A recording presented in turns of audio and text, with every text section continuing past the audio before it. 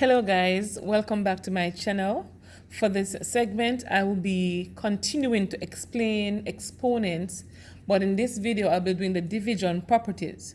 So there are two basic properties of division that you need to know is the quotient of powers, where basically if a number raised to a power is divided by a number raised to another power, then you keep the base once the bases are the same and subtract the power. So a to the m divided by a to the n is equal to a m subtract n.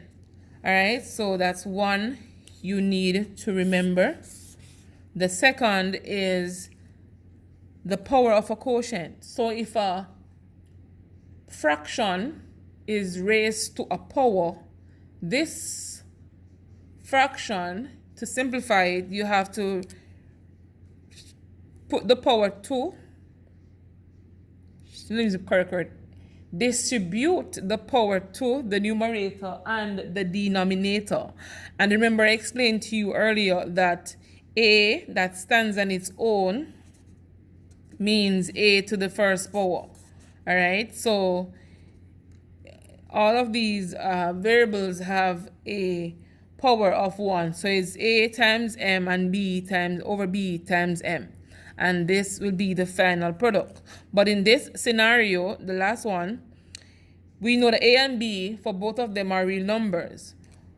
But if b is not equal to 0 for the power of quotient rule, let's get into it, guys. So we're given to simplify m to the fourth power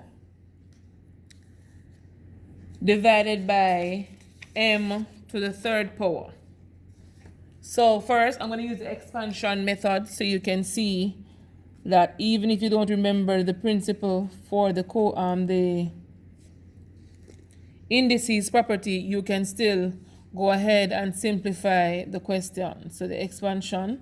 So m to the fourth mean m times m times m times m all over m to the third. M times m times m. Remember, the power tells you how many times you multiply the base, and that's very important, guys. So let's simplify. So here we're dividing. So when you're dividing, you need to cancel from the numerator and the denominator. So let's cancel. And so we are left with m in the numerator. So it's m for the answer. If you want to apply the rule of indices to it, you know that m to the 4 subtract 3 is equal to m to the 1. How did I move from m to the 4? How did I move from m to the 4 subtract 3? Remember the rule that says a to the m divided by a to the n is equal to a to the m subtract n. So once the bases are the same, you keep the base and you subtract the power. And I did that right here. And so the answer is m to the 1. So in my opinion, I think indices came about, or the exponent came about to make our lives easier, guys. Because if we're given numbers like 1,000 here and like 800 here, we will have to write m 1,000 times and m 800 times, and we simplify. So I think indices basically to make our life easier, hence expanding our knowledge of critical thinking, guys. So we don't have to go through the long process all the time to get things done. But it's important that we understand how we got there. All right, guys. So let's try this one. So we have the same base. We're going to keep the base and we're going to subtract the powers. So it's going to be 5 to the third power. But in this case, guys, they said simplify. So you have to bring it to the simplest version. So 5 to the third power means 5 times 5 times 5. So 5 5 is 25. 25 times 5 is 125. And so that's our answer. Let's go ahead and try another one. So you can be given where they're multiplying, guys, and divide at the same time, but the rule applied the same. So remember, this g here has no power that we can see, so a 1 is above it. So it's important that we put that 1 there to say, okay, is g to the 1. So it's going to be g to the third power, subtract g to the first power, times, why do we multiply here? Because in the initial stage, they're already multiplying, times h to the fifth power, subtract 2. Let's simplify. So it's g to the second power times h to the third power. So it's g squared h cubed. And we are finished, guys. So it's very important for us to understand that part.